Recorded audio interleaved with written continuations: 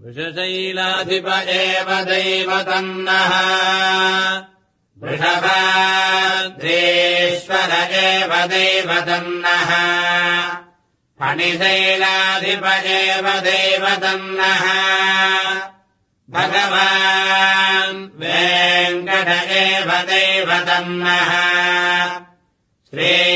श्रीनिवासः परदैवतन्नः श्रीनिवासः परमम् धनन्नः श्रीनिवासः कुलदैवतन्नः